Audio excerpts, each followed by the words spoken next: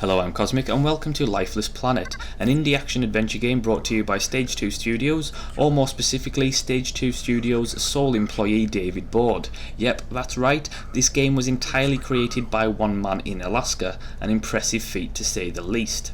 Now, Lifeless Planet tells the story of a lone astronaut who crash lands on his destination planet after travelling in space for more than 15 years. Alone and running out of air, it's time to go into survival mode, find some oxygen, and see if any of your crewmates survived the crash.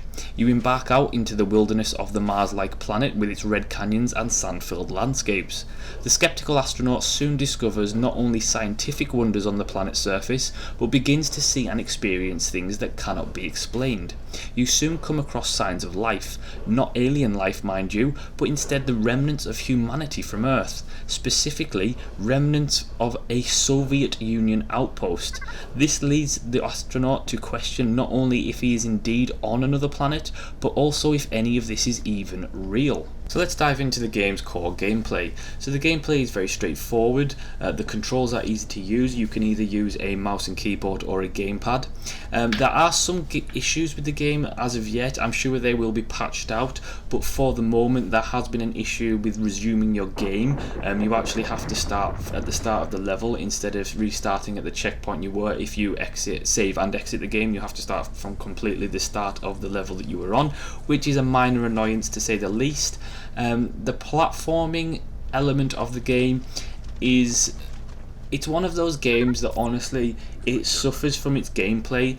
It's not a massive hindrance or a massive issue, it just can become somewhat frustrating. What I mean by this is there is a lot of platforming in the game, there's a lot of jumping, there's a lot of jetpacking. It is very easy to miss your target destination when you're jetpacking long distances. It's very easy to misinterpret the height of the jump if you're jumping down, and sometimes if you misinterpret it you're just dead and that's the end of that, and that actually can become quite frustrating, especially after, you know, if you're going through a sole area that is all about jetpacking through from canyon to canyon and then you just die halfway through and you've got to go right back to the start. That does become frustrating, but it doesn't detract from the game too much. The game really has good level design, and I have to say I was really impressed by the level design. The landscapes are absolutely gorgeous and beautiful. Levels are well paced, they're not too long, they're not too short, they are very linear. There really isn't any open exploration in the game. There are a couple of secrets and bonus things to find, but they're not too far off the beaten track. So if you're looking for a open world experience, you really aren't going to find it in Lifeless Planet. The game's story is actually where the game really comes to shine. Regardless of all the gameplay issues that you have with the game's story just negates it all.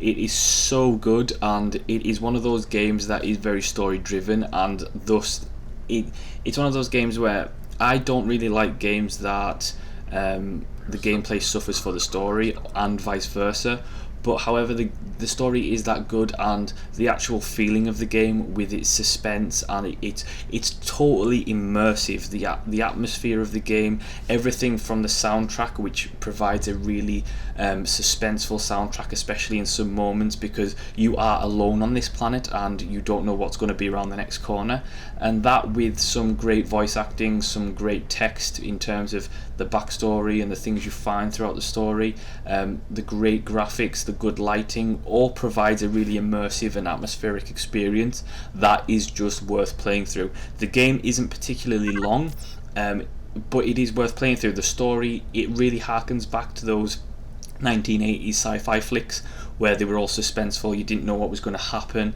and it's just a fantastic story and a fantastic game to go through. It's definitely one of the better indie games that I have played this year. It does deserve every credit that it receives. As I've said, there are gameplay issues with it. If you're looking for an open world experience, you won't get it.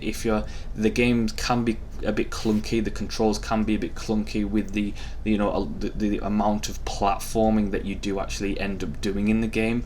But overall, the storyline, the suspense, the atmosphere just truly negates the issues that you come across, because at the end of the day they are minor issues. There's nothing game breaking in there.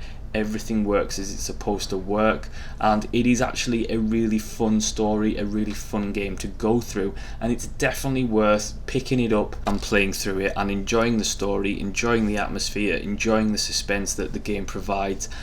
As I say, it's all about the story, the suspense, the atmosphere that the game provides. If you're looking for a gameplay driven game, this isn't going to be your cup of tea. But at the same time, very similar to Two Brothers, it's all about the story, it's all about playing through. It's not up there with Two Brothers in terms of the interactivity with the story and the controls and the gameplay, but at the same time it is a great indie title that should not be missed this year, and it wouldn't surprise me come the end of the year if this game was up there in, you know, the top 10s of the best indie games of 2014. And that's Lifeless Planet. Thank you so much for watching. Do like, subscribe and leave a comment, and I will see you next time. We'll figure this out together, all right? Whoa!